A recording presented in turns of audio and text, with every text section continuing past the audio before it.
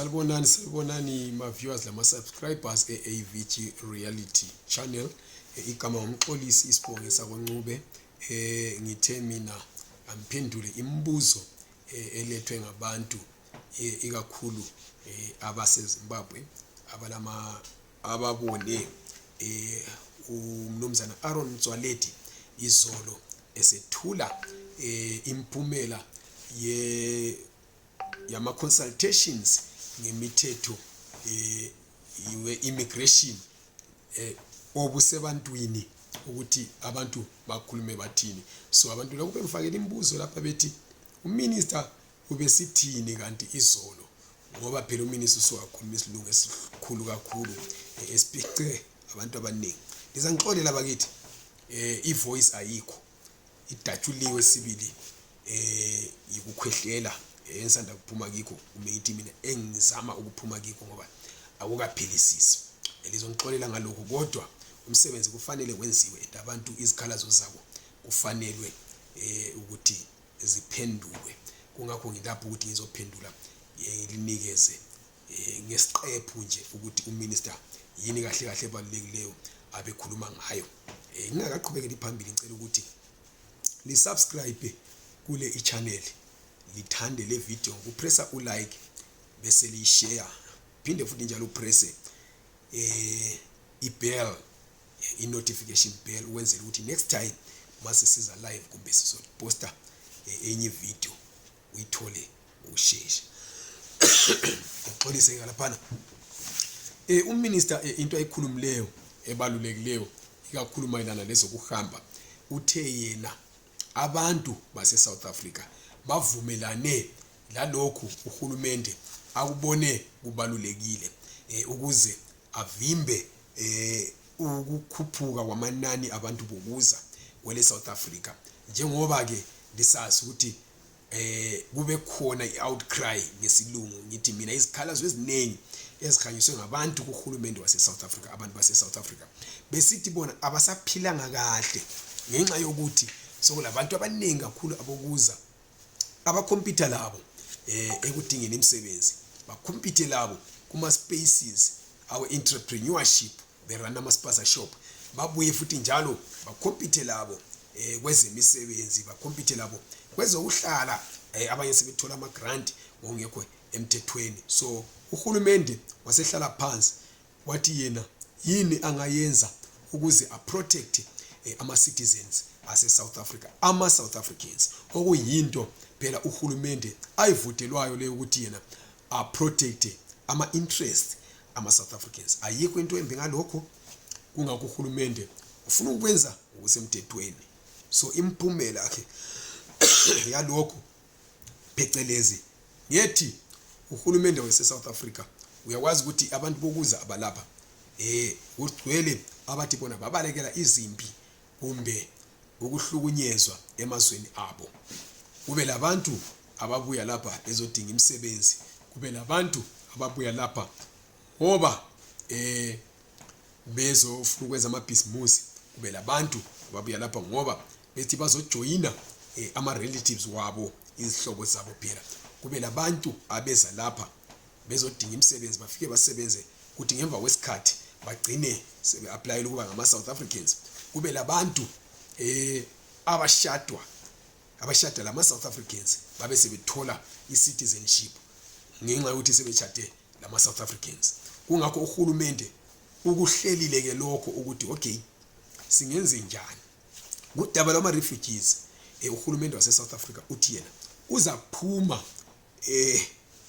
kuma treaties asayinayo labo UN, ama treaties afana labo Geneva Convention of Refugees and Asylum Seekers, ngoba usebopheke kakhulu. Angavela athi uphakamisa isandla kumbe enze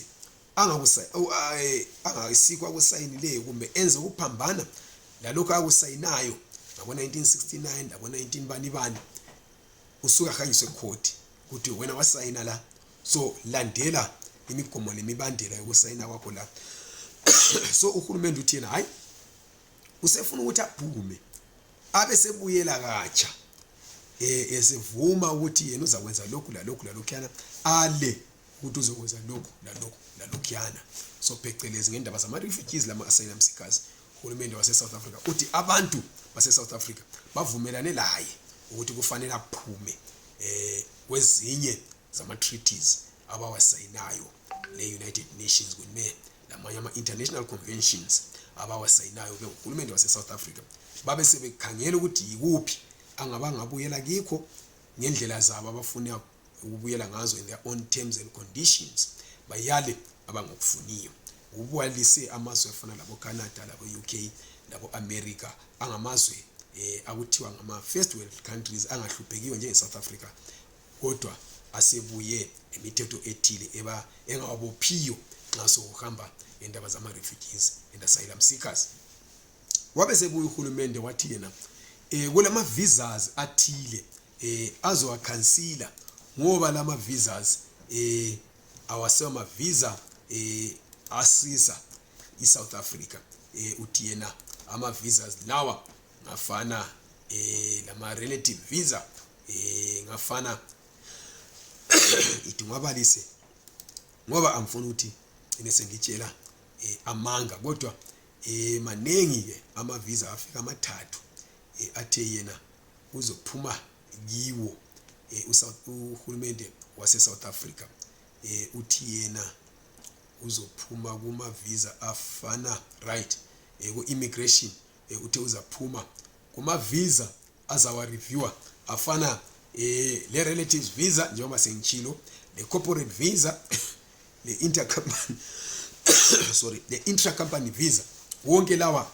azokhansilwa kodwa uzofakwa ama visa bizwa ukuthi ama limited duration permanent residence visas azoba ilesikhathi esithile esebenza kube sokusiba lama visa athile afana ke lama special dispensation visas akhuluma njengabo ZEP Lesotho exemption visas Angola special dispensation visas utheke lawo hayi azoqhubeka ekhona yabe extendwa ngokufuna kwakhe uhulumende ukuthi le singa extenda because of ABCD kuzokuba futhi njalo lamanye ama visa azangezelelwa ama quota visas ikakhulu ebantwini abasebenza emaplazini ngoba South Africa eyo ebhekela abalimi ithe yona no yona iphila migrant labor kungoba kacha abantu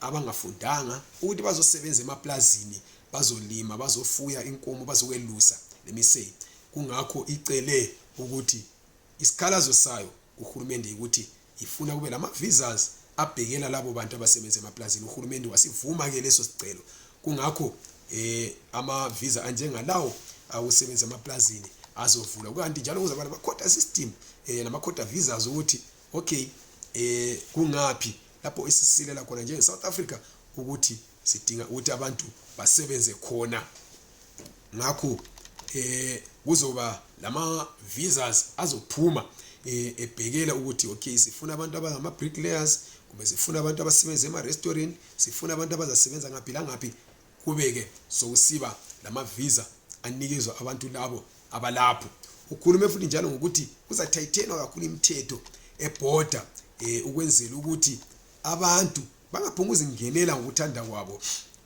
eSouth Africa bengekho emthethweni kungakho eborder sokuzakuba khona immigration izaba lapho amaphoyisa azoba lapho border management authority iarmy izoba lapho lezi ingatsha zikahulumende ezinenge ezakwenza uqinisekisa ukuthi iborder imithetho eseborder lapha ukungena lokuphuma kuyaqinisekiswa kakhulu ukuthi akuphonga ungena laloba ngubani ngoba uthi yena this is a security threat ezisenzakala eborder uthi ubani uyaphonga uzingenela ngokuthanda kwakhe aziphumele ngokuthanda kwakhe so uhulumende yikho lokho akuchileyo ke umtswaledi wazokuthi yena kuzokuba immigration division ezahlanganisela ezasebenza ukunikeza abantu ama visas ahlukeneyo ngoba isystem ekhona kathesi ayisebenzi ngendlela eyiyo ubuye wathi futhi njalo iHome Affairs Department ayikwazi ukuthi bangaki abantu bokuza abakwele South Africa ngoba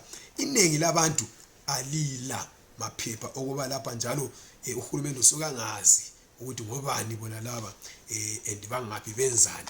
Wasesithi futhi njalo ekugcineni labo abarana amaspaza kuzomela baregister njalo bacheckwe ukuthi bona kanti balapha ngokusemthethweni yini. Xa bengekho ngokusemthethweni kuzodilwa la, uhulumende uzodila labo kakhulu.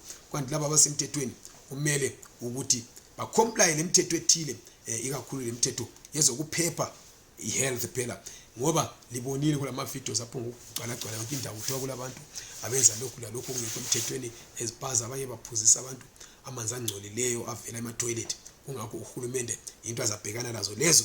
Yikho ke phecelezi engithe mina angibuye ngizolichazela khona njengesicelo senu. Xa wena uapplyele iZEP kumbe uphethe iZEP, ayikho into etshintshileyo ekhulunywe nguMinister uMtswaleti, ayikho lanci. Qhubeka uapply njengoba uhulumende utshele ukuthi wenze, ungalaleli abanye abantu, qhubekela phambili. Xa uapplyele iwaiver ilinde izaphuma, xa uapplyele ipermit ilinde izaphuma, as long ungenzanga lutho olungekho emthethweni njalo ungumuntu osebenzayo le company yakho ikubhalisele ukuthi wena uthole iwaiver yakunikeza zonke incwadi ezidingakalayo. Ngiyabonga, yikho lokho esilakho. Ngiza ngixolela ngevoice echileyo njengoba lisizwa ngisawunda njengokhehla umuntu osengena emadlozini.